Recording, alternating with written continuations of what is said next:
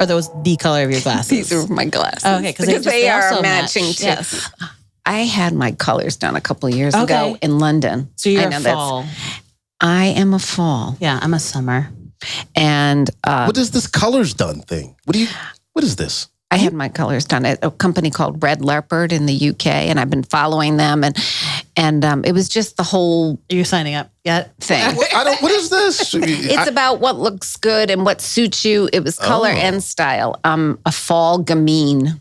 Oh. I'm not a romantic. I'm not an adventurer. I'm not a. I think I'm in the gamine category. I would say I'm in that. In a summery. I'm more summer. I can get away with a little fall, but I'm more. The trouble when you're a fall is when you're dressing in the summer because your colors are more olivey and navy, and white's not a good color for me. Yeah, but cream is. I'm almost done. That bright yellow is not, but I'll still freaking wear it. Yeah. Oh yeah. Well, you gotta sometimes just say is your best accessory. I always say. Yeah. So we could I'm omni-fashionable though. I pull off every season. I was going to say that you are intra-seasons. Yeah. I think that for you, what I notice is color matters and style matters. Style does matter. Your style has over the years. You think so? It's come with the confidence. Yeah, confidence. Even since I've met you, I've just see it. But I always thought you had that panache.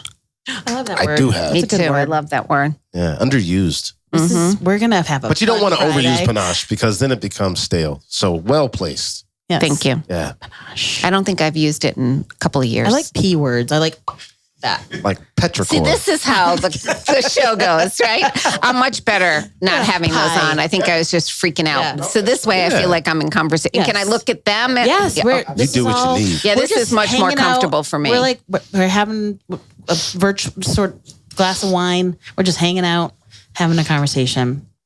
Yeah. And we should talk to Livy about that too. We could do a live episode at the wine. Oh, yeah, that is wine actually. place. You know where I was this morning? I went. I came into Worcester early, and I went to see my friend Juliet at Arts Worcester. Yes. Oh, yeah. Oh, Juliet Feibel. Yes. Yeah. And I think she'd be great to have on this. Yeah, that's a good idea. Yeah. I bought a piece. We haven't. Oh, you did? Yeah. You know when, and I don't have much money really, but you know when you're itching to buy something? Yes. To me, tomorrow is plants. Yeah, but yes. And so I've been itching and I've been thinking about art and I've been to a couple art galleries, thanks, but my price is kind of on the low side. And then I saw something there. It's like it's a triptych in different colors of nature. Oh, I love that. And it's just gorgeous. All right. What are the colors? Are they your colors? Yeah, they are. See, the thing is you don't have to buy art in your colors. So this is the thing. I can buy any color, but I was attracted. But there were vivid greens, yellows, oranges, and it was not muddy. It was sharp. Sharp. I liked it. It's funny. We have not explored into the arts and culture realm, but yesterday's conversation at a lot of conversation. In terms of where arts and culture play a role in economic development. That's what board meeting was it? We're both now on the Greater Worcester board. Community Foundation Board. Yes. So. Where I first met. And me as well. I know, isn't that funny? Yeah. I would never say, but I know it. Mm-hmm. All right, let's dive in here because of our meeting. Oh, I love the way you do this. Yeah, we just now we're in. Yeah, and we keep all this in because people. This is who we are. This isn't an expose. This isn't let's uncover the truth about Susan. No, well, I mean, actually. Well, yes, it is. A little bit. You're going to tell us how you got here. So, what's your... tell us the truth about you. Yeah. And we've had guests that have shared their vulnerabilities. We have shared our vulnerabilities. She was listening. Yeah. So to the first episode. I think that's part of, in the big context of the ripple effect. I really like the one about law school. Oh yeah. I flunked out. Flunky. Well, it's, and I even mentioned this to Julie. I said, what I love in her first episode is she said, in the old days, you'd say, I withdrew.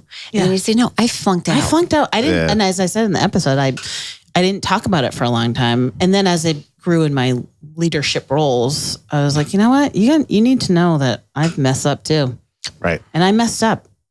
I am completely to blame on shouldering that I didn't put the work in and because I didn't like it. Well, and I think when you mess up, I think so many people think that's like the end of the road. Yeah.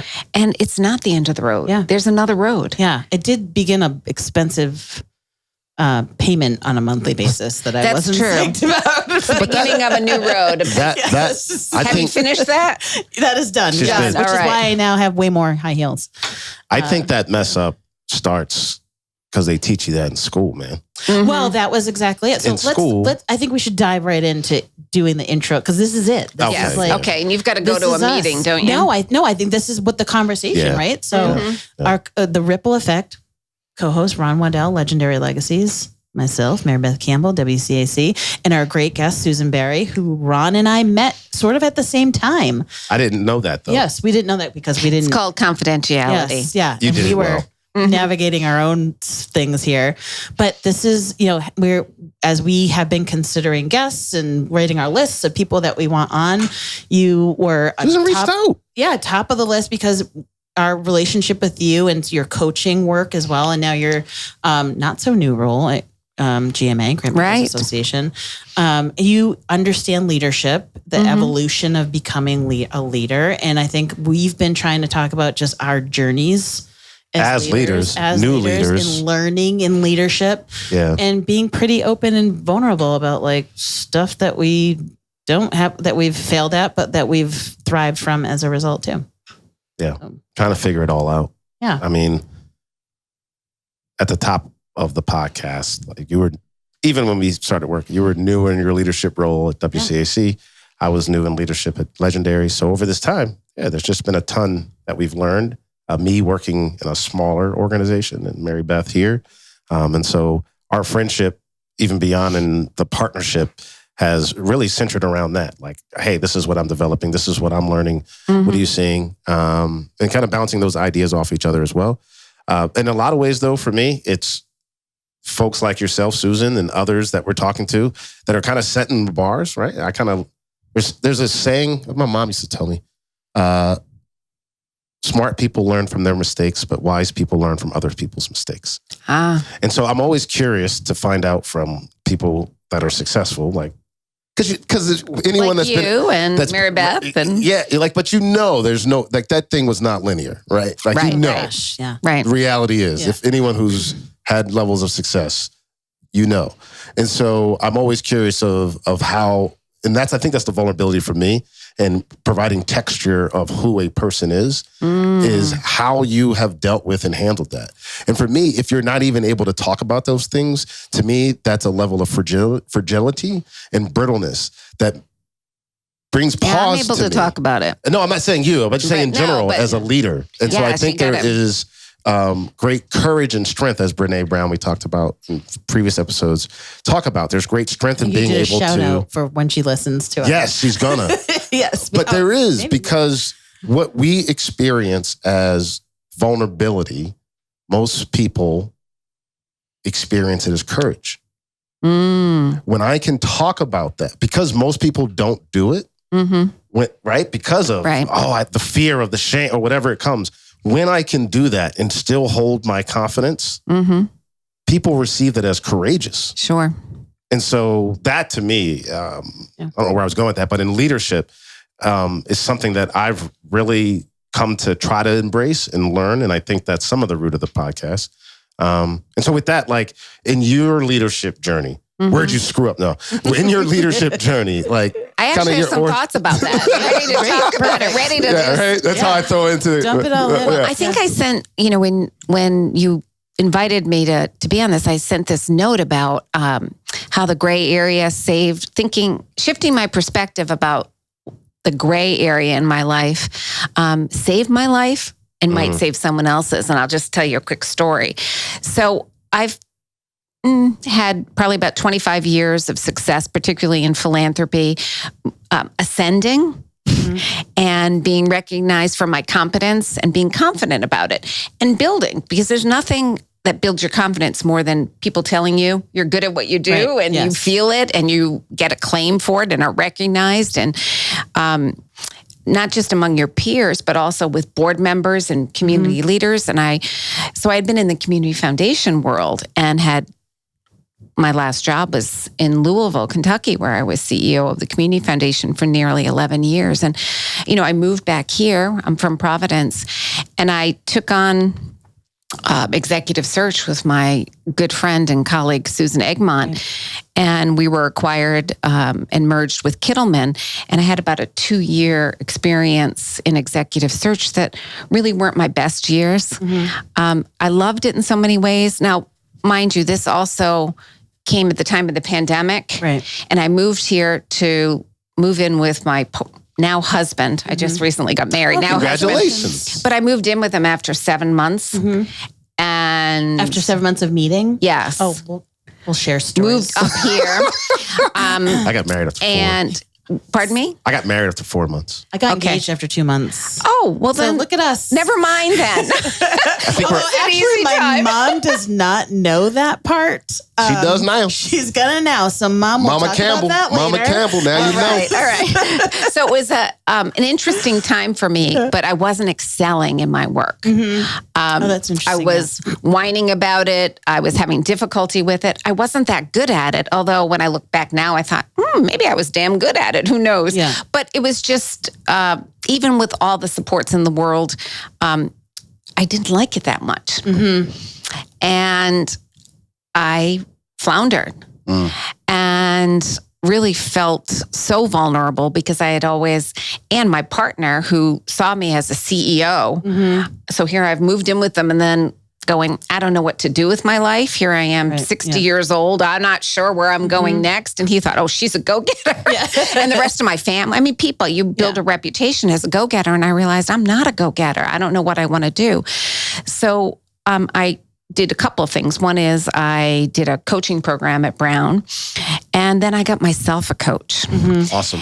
And my coach lived in Spain. He had been a program director at the Brown program, but Leonid and I were in a conversation one day about this space I was in. And I said, it feels so gray. Mm-hmm. And the gray was, it's like, picture gray ocean. You've left one side that you know really well, and you're heading to the other side, but it's really stormy and really foggy, and you want to go back. Mm-hmm. Right. Because it's safer to go back because you can't see the other side and you don't feel like you can get through it. So I wanted to go back, like move back to Louisville, just start over again. And he helped me sort of address this mindset of perhaps this gray area is a gift. Mm-hmm. I was like, it's a gift? Mm-hmm. You've got to be kidding me.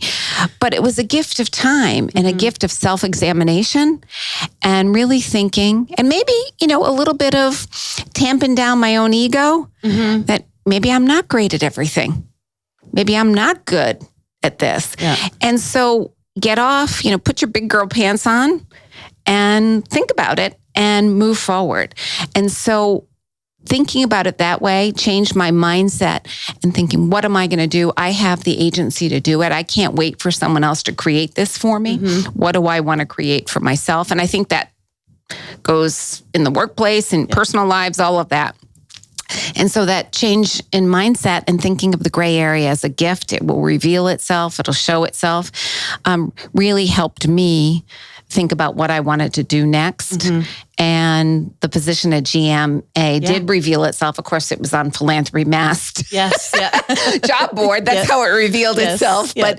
But and I threw my hat in the ring. And when I was in search, I always said to people, if you don't throw your hat in the ring, you're not going to be considered for the job. Yeah, like people say, well, wait. I think that might be exactly what you said to me. Yes. I mean, if you don't, you're not going to be considered for the job. So here I am at GMA, almost 18 months. It's been 18 months, which is crazy. But the gray area, now I look back and I said, that was an important part of my life. Yeah.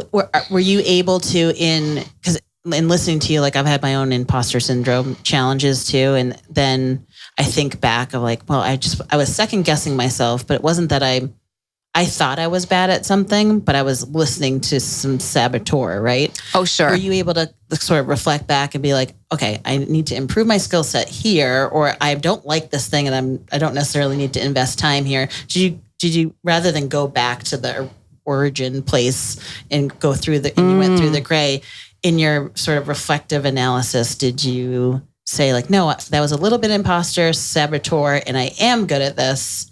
and I can keep moving forward? Or did you resolve to be like, nope, that's not a skill set that I'm interested in developing or that I need to develop? Mm-hmm.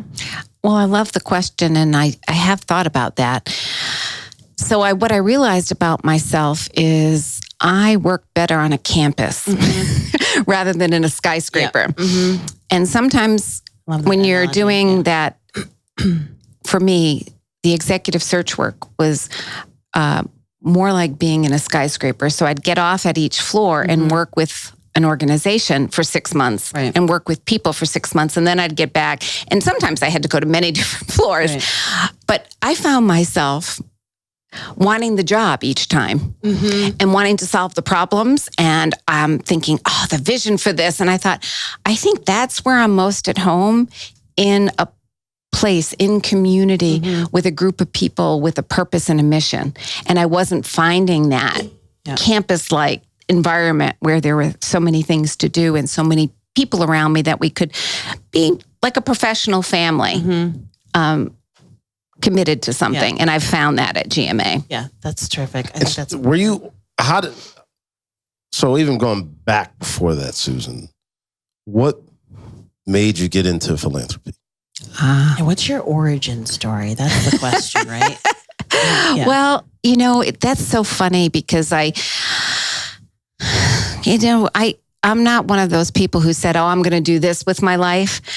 I grew up, I've got lots of history, six siblings, parents,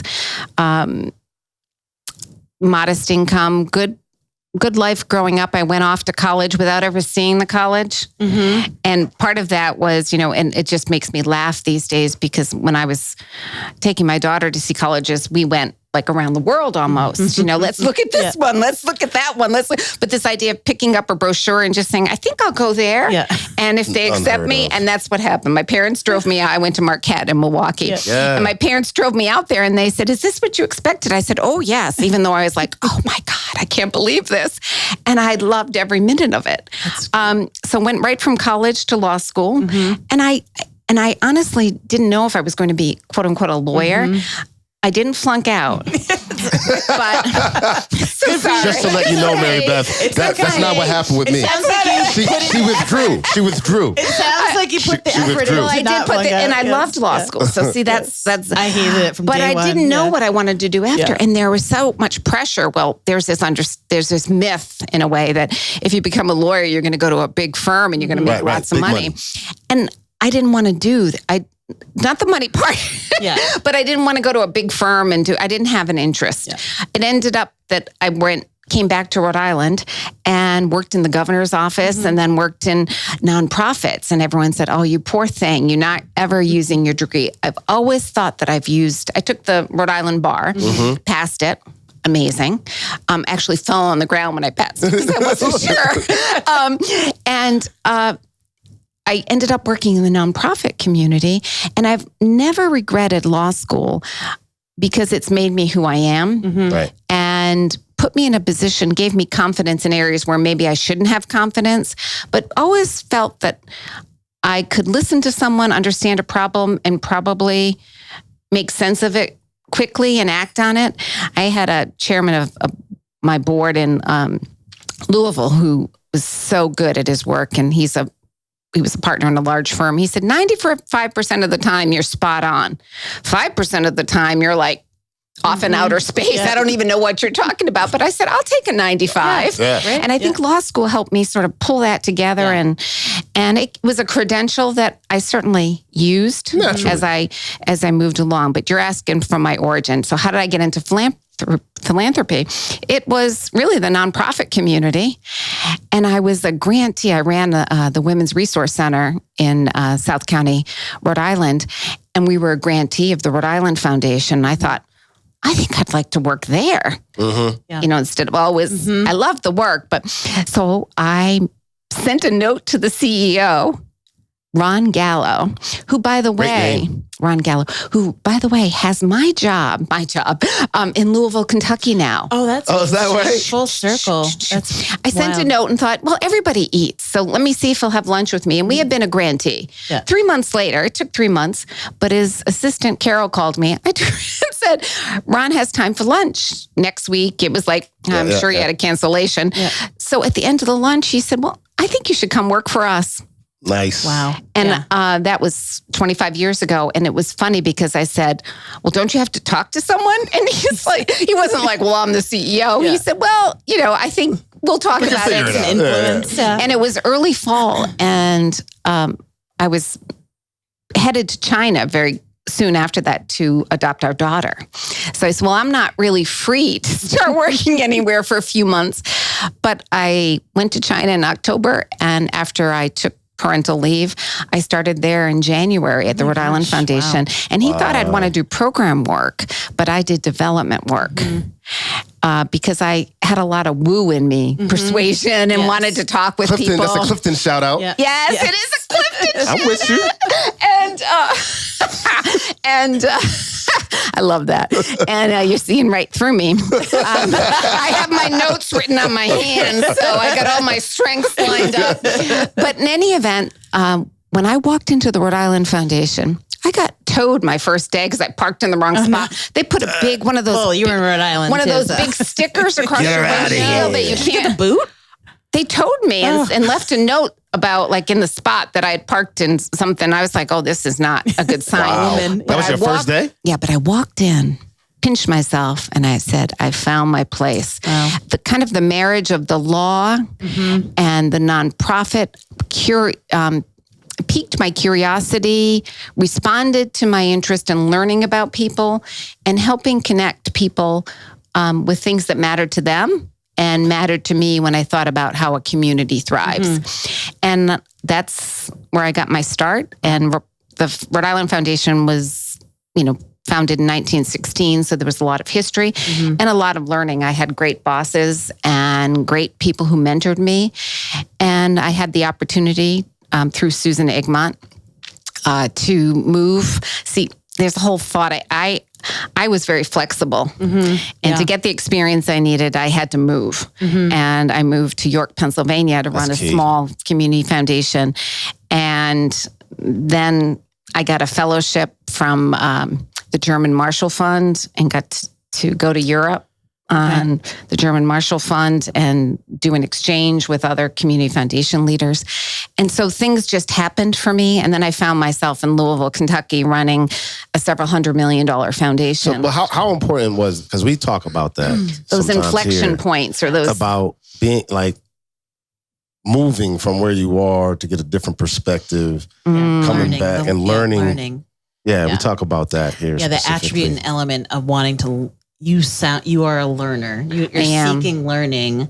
And I would put myself, I have not done Clifton. I don't know if I'm wooing or learning but I'll get on input. It. But you're going to have input in your top. But I think wanting to learn and desire to learn also, I think, makes you a better listener too, in terms of learning from people and listening to their experiences. And, whether it's just someone talking to you in your office or like doing a big like training or a fellowship or something like that. But that's, I think that's an important part, an attribute of leadership too. I think it is. I also think, I don't want to make myself out to be a superhero or more of an adventurer. I don't think you have to move a lot to a lot of places to have success. For me, it worked for me. Yeah. But I will say that I think the attributes of leadership have changed somewhat, and I've learned a lot in the last 25 years.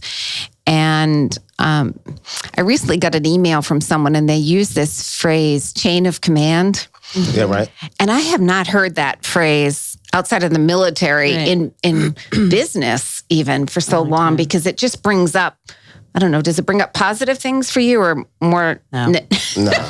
No. So I just thought. But I don't like rules anyway. Yeah. So. Well, there's other ways of saying it. Like when we were even talking about words that people use in philanthropy, like concretize or theory of change, or what's good, what's not, best practice, all that type of thing. But I think what's happened for me as a leader is, and I was just talking to a staff member about it the other day, is I've moved from kind of this accountability mindset to responsibility mindset, and also have been able to embrace.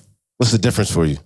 Accountability is about me telling you there's a power. While responsibility, if you come in and you say to me, can I take the day off today, Sue? I want to say, I don't know. Can you? Sound like my mom now. Yeah. Well, it's up to you. It's really up to you. And responsibility to me is about agency. Yes. I see what we're trying to achieve as a team, and I am going to put my hand in and be part of it. Yep. And do my best, ask for help, and give generously when I can. My experience has been when I give generously when I can, not just financial resources, but my resources, it comes back to me. Yeah. But I think today's leaders are, still have to have that integrity, still have to have some, not so much authority, but be inclusive. Ask questions, be a learner, be able to act, though, decisively. I was just reading a Harvard Business Review article about that. I am a learner. But this idea that people do expect you and appreciate that you'll act on behalf of the company and clients and colleagues, but that you will check in, you'll take the pulse and not make assumptions.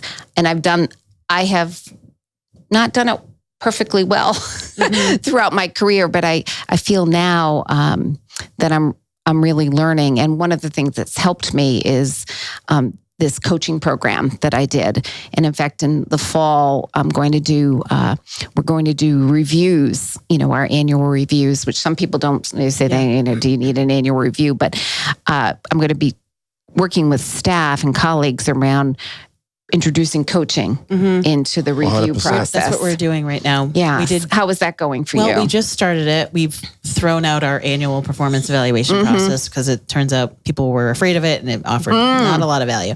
And we're also we're working with consultants who have identified that we're pretty conflict avoidant agency too. So are you conflict avoidant? I'm a people pleaser. Yeah. Although I think I'm also, is that me? No, that was me. Oh, I was like, was that Alexa? No, that's me. Is that Harry Potter? No, that is not Harry Potter. that is, no. Sorry. Okay. It's the draft thing. Oh, okay. When they draft a player. Okay. Sorry. I am a people pleaser. I'm an ENFJ, but I straddle protagonist campaigner. And I'm an ENFP. I also like a just, in the protagonist side, I like a just world, and I like that peers. I look at people as peers. I buck against hierarchy. But on the campaigner side, I'm definitely a people pleaser. So I would say in the last probably 6 months, I'm getting much better at being kind with candor. I like that. And more direct and transparent about expectations, communication, because I think that's just better for the accountability part. But I also feel really responsible for what's happening just culture-wide in an agency. So we've moved from this annual performance evaluation process to embedding the empath mobility mentoring, reflective supervision process through more of an individual development coaching plan. Right. We're in the first phase of it. And I think we need to probably focus more on what the fidelity of that is and consistency and measuring how's everyone doing this? So people are having a similar experience. Sure. So it doesn't have to be uniform, but it needs to be similar. And how is it? Do you feel like this? Tell me, what's the origin of this? People just weren't happy, or I think it's a little bit. Or were you not happy with it? Me, but then it turns out other people were not either. And it comes a little bit from our DE&I work, too, of trying to democratize our work a little bit more, and where people have a lot of things to say and have experienced, not feeling like they're heard and listened to, and that they're not, it's a nonprofit. We're pretty flat in the sense of the funnels up to career ladder opportunities are in some ways up, or they're often out. Right. And so investment of talent that may also leave too. Like here's, can we figure out ways to grow talent, retain talent as much as we can, but also that people are here for mission, but they also are just come to work having a better experience. Absolutely. And as a result, for our clients. Sure. Yeah. Studies show that when your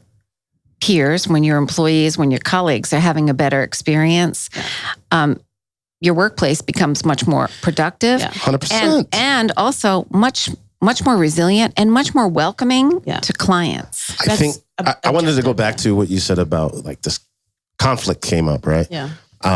What I've had to develop for myself was reframing the way I saw conflict. Because I saw it as a negative thing. It's not. Conflict is a beautiful thing when done well. Discourse, like having discourse, you mean in that? Yeah. Even if I was doing some coaching, I would ask you, when I say conflict, like, what do you think of? And as soon as I say that, we think adversarial. We think that it's going to be combative. Yeah. But who's what framed words come that? To mind? Yes. Who's framed that for you? Right? Like, where does that come from? That comes from our experience. And so because most of us have not seen conflict done well, we avoid it. And especially right now in the world, right? Yeah. Like, come on. But conflict done well, in my opinion, is just growth wanting to happen. We're both passionate about something, and so we need to get clarity on it. And so if we can do it about being a better listener, right? My issue as a high D is that I'm always right. Right? Until I'm not. And when you're saying high D, is that from the DISC assessment? Yeah, okay, right. I'm a high D as well. High D, right? Like, so I'm always right. What I've been able to do within this as I've grown as a leader, as a person, is own that flaw, right? And so even how I address my team is very different than from the beginning. Like, guys, I'm an idea factory. 30% are probably going to be good. So but everyone I tell you, I think is going to be the one, right? Absolutely. So I want to empower you to be like, dude, that ain't it. Yeah. Right. Yeah. Right. I love that. And so giving that, and we might have some discourse on it, but that's conflict.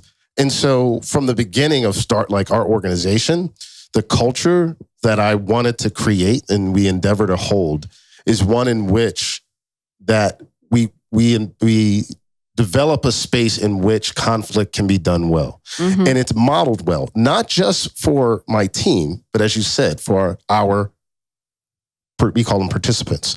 Here's the thing. We're working with men who are engaged in violence and been through the criminal justice system, in jail, have risked of being shot. What I'm going to tell you is, I can talk to you till you're blue in the face about how to do conflict well. But if I ain't freaking modeling it, I ain't going to be able to have any sort of impact. And so every time they get to see how we interact with each other, that's where learning comes from, right? We talk about social learning theory. Most of these brothers have been around conflict not done well. And so when you start to do it differently, and even for all people, not just those participants, but most people, when you do it differently, it is... It pulls you in. I want to know because I don't want to be in uncomfortable conflict, right? Like I want to see how you resolved that well and came out on the other end with a beautiful product, right? So how did you take the chaos of this, create order and release beauty?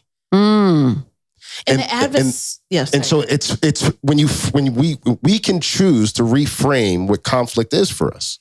Right, absolutely. I'm not challenged per se, but I'm trying to navigate. So in the adversarial definition of conflict, it's often a symptom of there's strength in relationship and trust, lack of clarity and clear communication, expectations, boundaries. And so if you don't have those elements in a strength-based way, the result can be either avoiding the adversarial element or having an adversarial element that then just, diminishes the relationship further.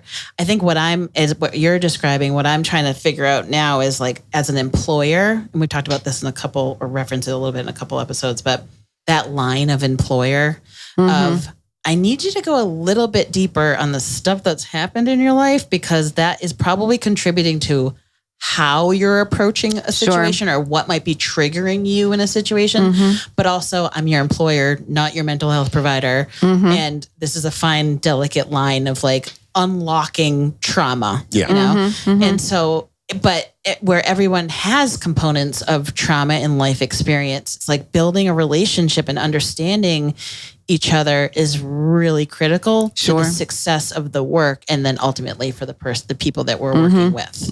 What has been immensely helpful for us as a team in that is doing the disc, is doing the Clifton Strengths as a team, and doing those group trainings as a team, because now it comes to the surface. Like my S and C are almost non-existent, right?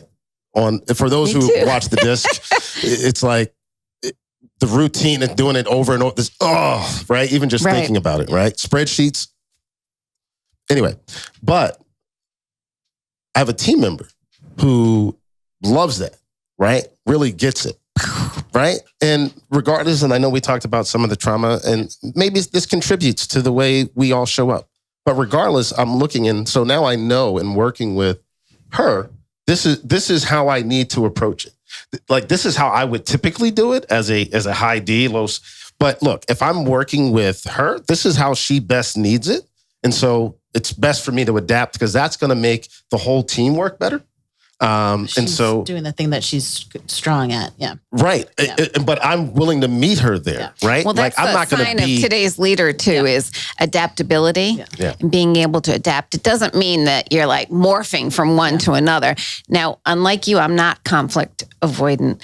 I don't mean to say, well, I kind of like conflict and problem solving. So that's how I sort of go to it. What I have to be careful of is, and even in my coaching, is to not problem solve for other people, and to be inclusive and invite them to co-create. This is so, wordy, but to really be part of the solution, because, we all say this in the nonprofit world, we want people closest to the problem to create the solution.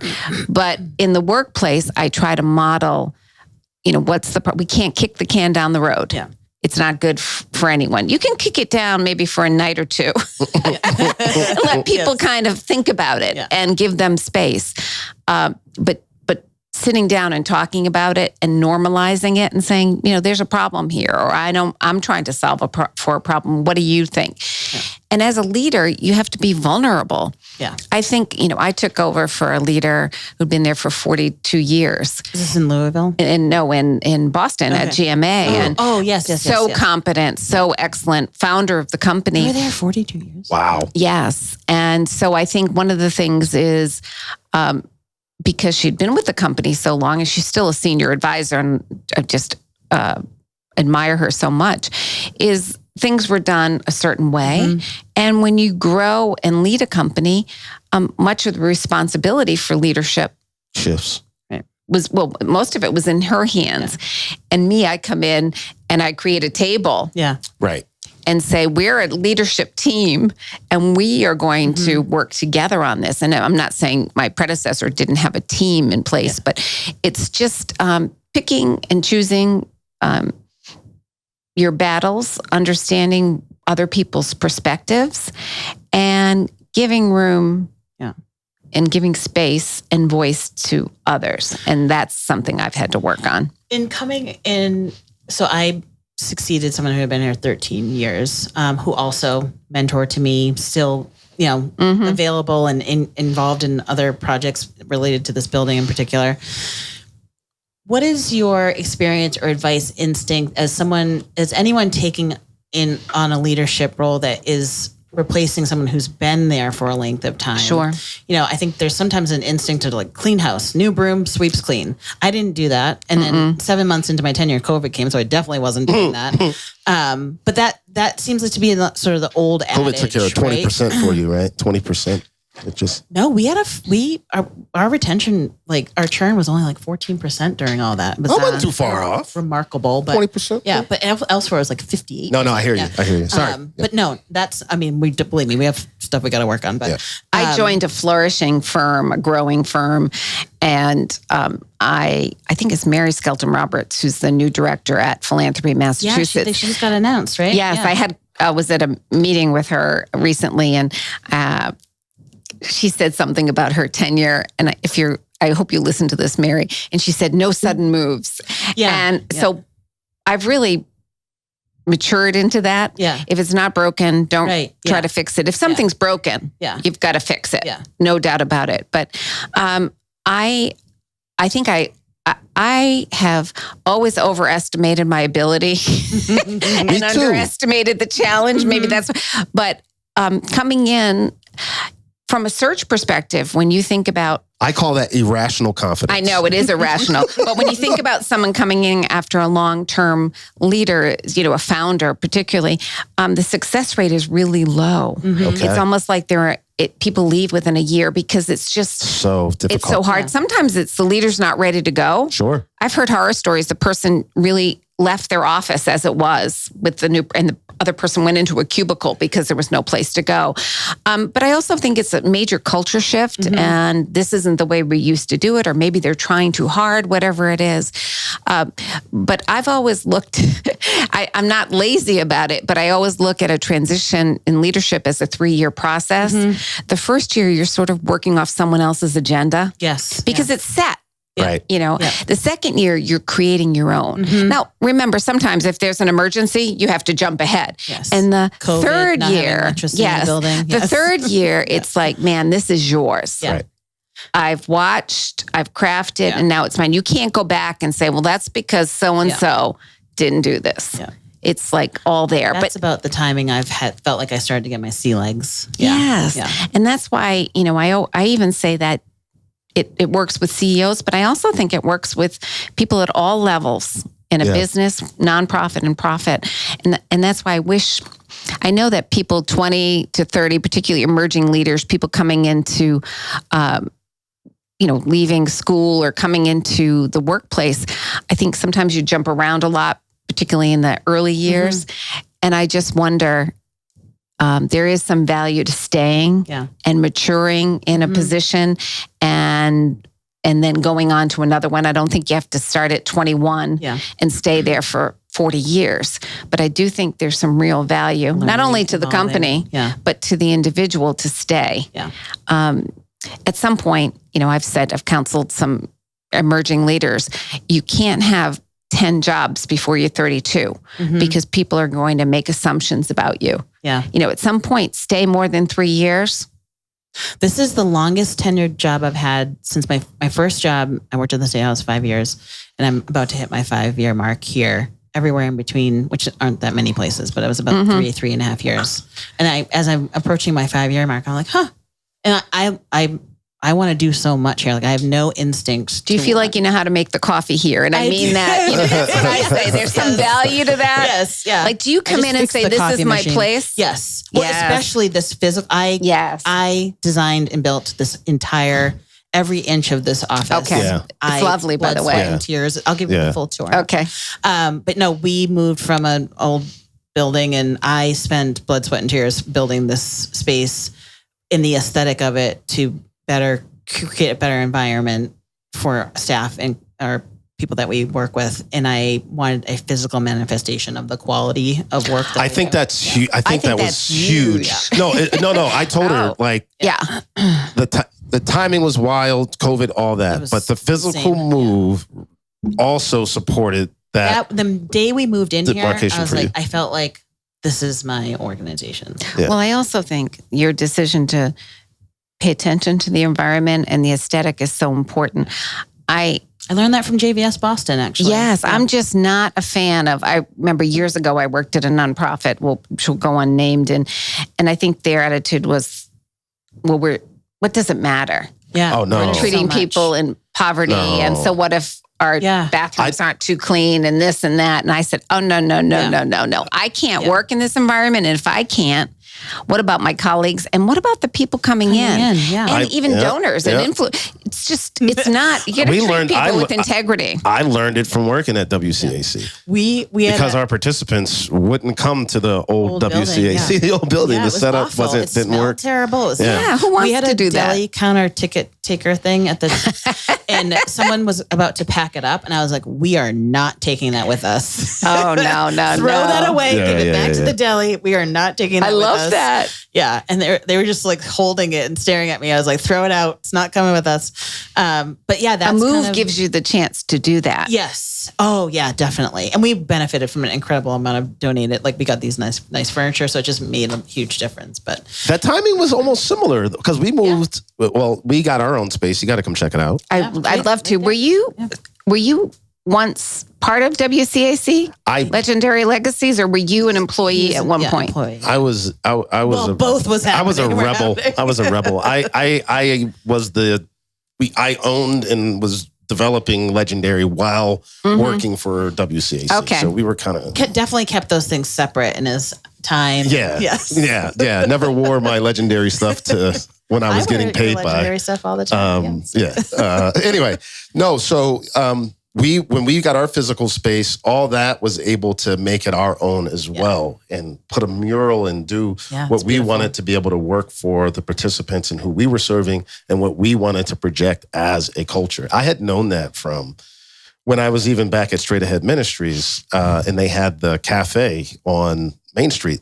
It was a beautiful cafe, but it was like, this is not the space for the folks we're trying to serve. Like that, they feel like outsiders in this space, right? And so, and one of the big things for our participants, as we thought about the aesthetics of our place, is I go back to many systems have failed these men, and a lot of times it's an unhealthy family system, and so it's about creating a space that begins to heal that wounded little boy. And so when you think about creating the space, it has to evoke that type of familial and connection and community that our culture brings into it. And so we're intentional about all of that. Each one of my staff members as an organization, we give you a budget, $150 to buy your own wall art because you get to express who you are. Sure. And that's also a talking piece for when your participants come in. What is this for you? What is this all about? And then the other beautiful thing is we've had a couple people that have moved on for greater things. You take that with you because you're still part of our community. You're still part of this, and this memory goes with you. Right. And so we think about that as well. And I think that is, in my opinion, thinking longitudinally, thinking generationally, thinking about these connections, these communities, all the work we do, and infusing all that we do, right? Legendary legacies, the mindset being a good man leaves an inheritance to his children's children. And so all that we do is thinking 2 or 3 generations down the line.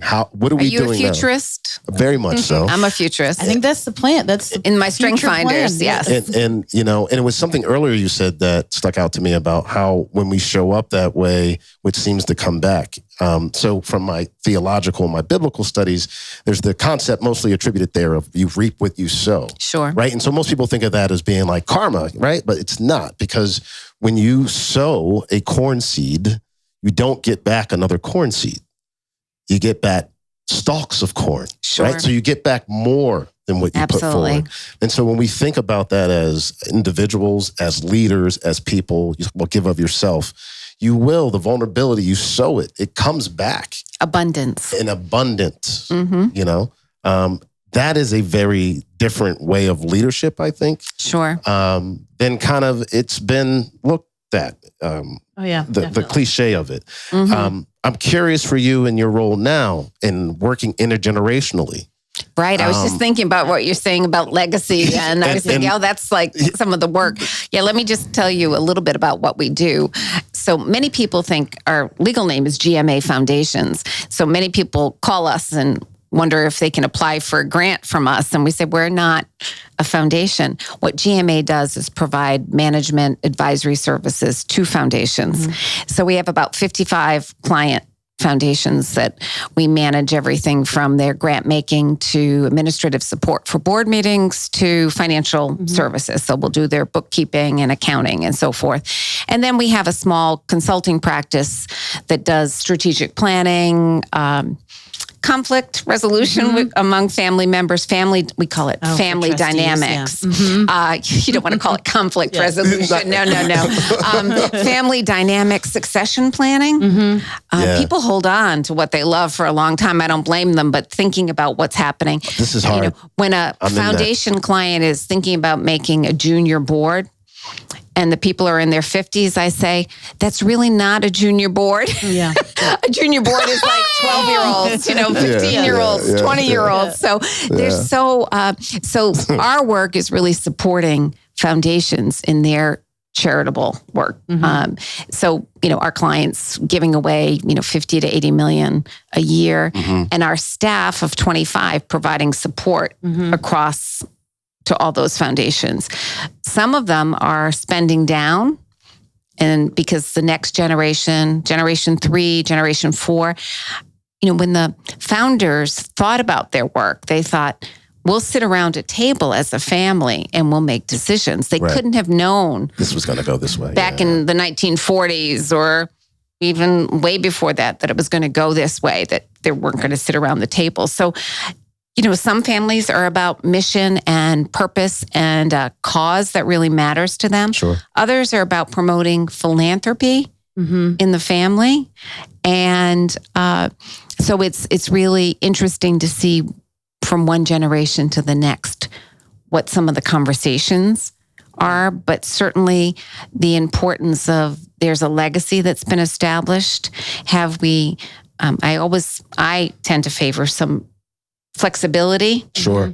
In sort of when someone sets their mind on something, because you don't know what's going to happen. And then to see how family members keep their fingers on the pulse of what's important and are open to change. Yeah.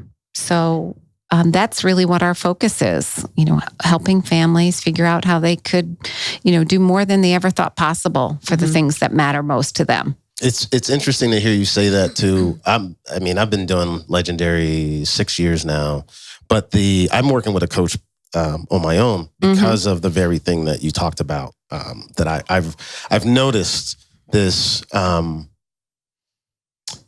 inability at times to separate my identity from the organization. But I recognize it as being something that is not healthy.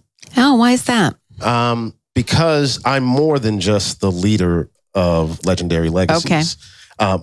For me, that's what would make it hard to say what would be the next thing, looking at the gray area, almost the beautiful analogy you painted of, hey, I know this, but over here, I don't know. And how does that, how do I end up there?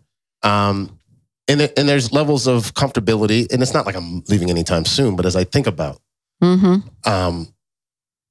I go back to when I started Legendary, had no idea where that was going to go. And it's like, but I'm already here, right? And this is what I do. But are there more? Even being on the podcast here, like some of the conversations are around that. For me, it was also from a personal standpoint. I in 2018 when I started the organization, it was 3 months after I started it that my wife at the time filed for divorce, and so Legendary in a lot of ways became.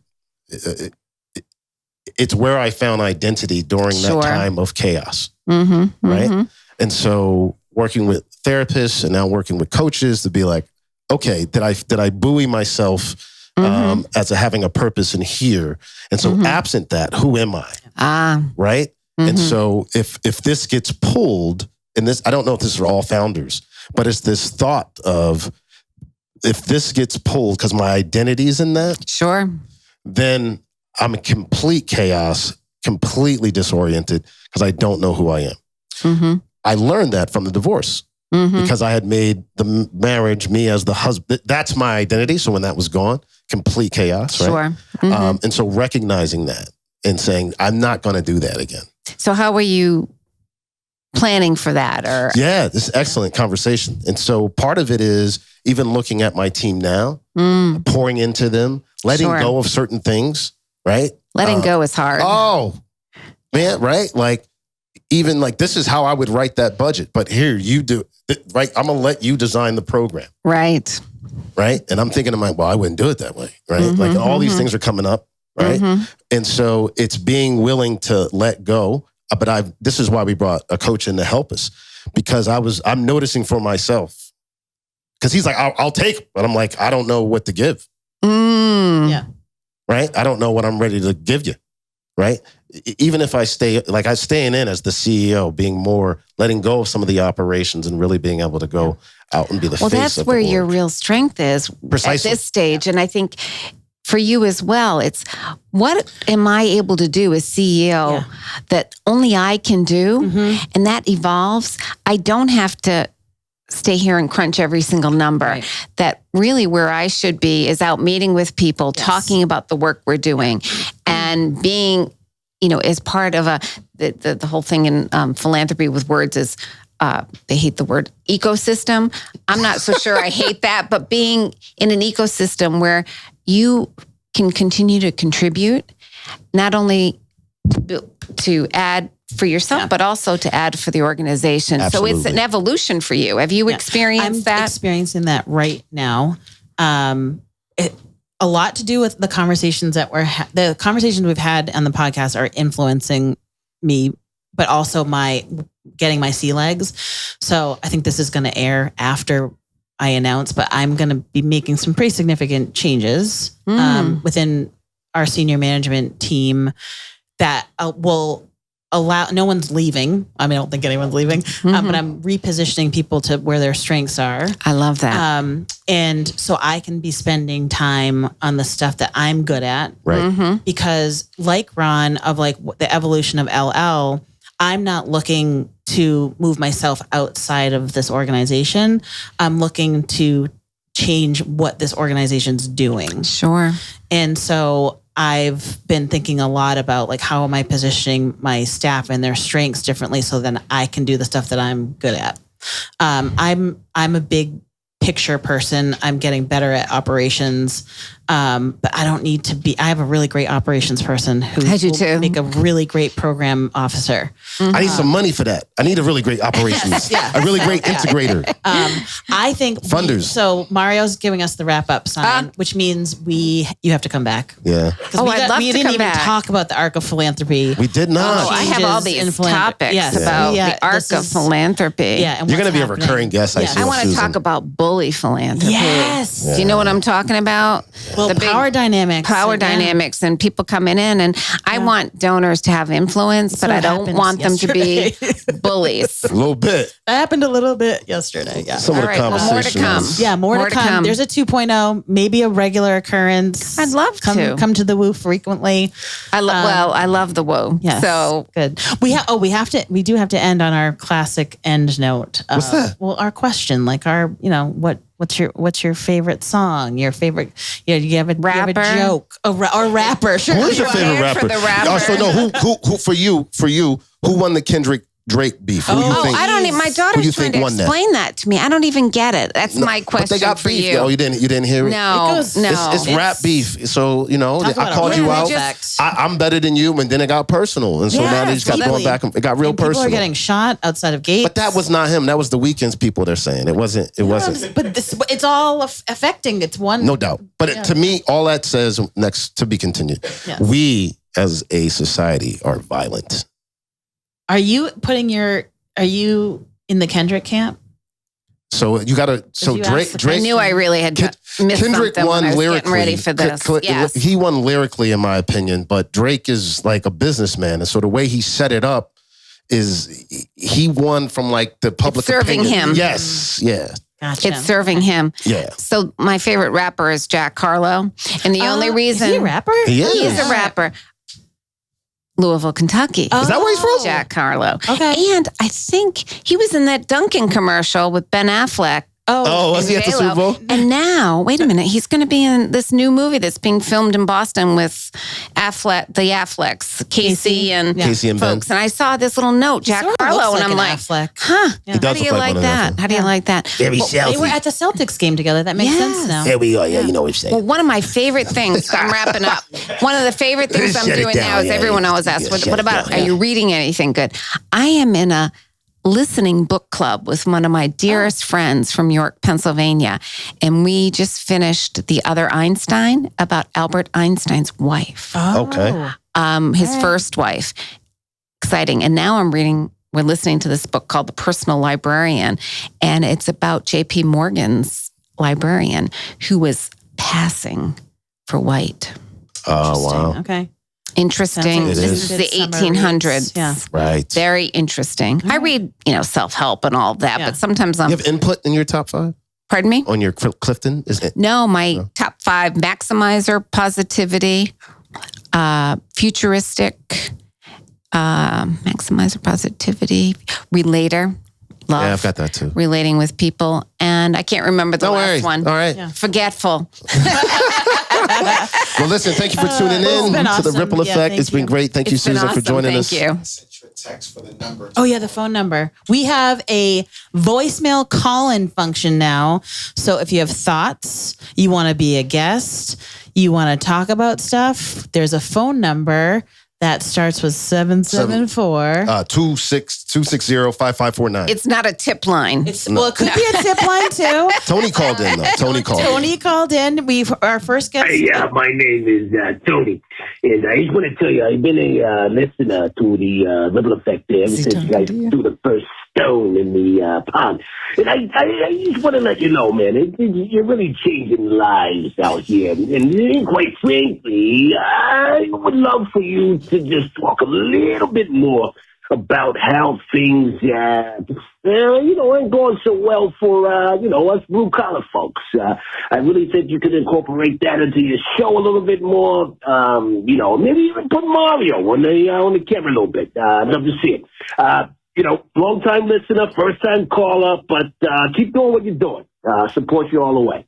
I think I've heard Tony on EEI once or twice. Yeah, Tony's a good guy. Voice. Appreciate him calling in. You got a voice for radio. Some great points, and Tony should be on the show. He might come on. I want to talk about guaranteed income. Oh yes, you're coming back. So you're series guest. Yeah. Yes, thank you so much. Maybe Tony, I think Tony will probably call because he'll like you as a guest. Oh yeah, Tony will have some thoughts. Yeah. All right. He's gonna definitely demand your return.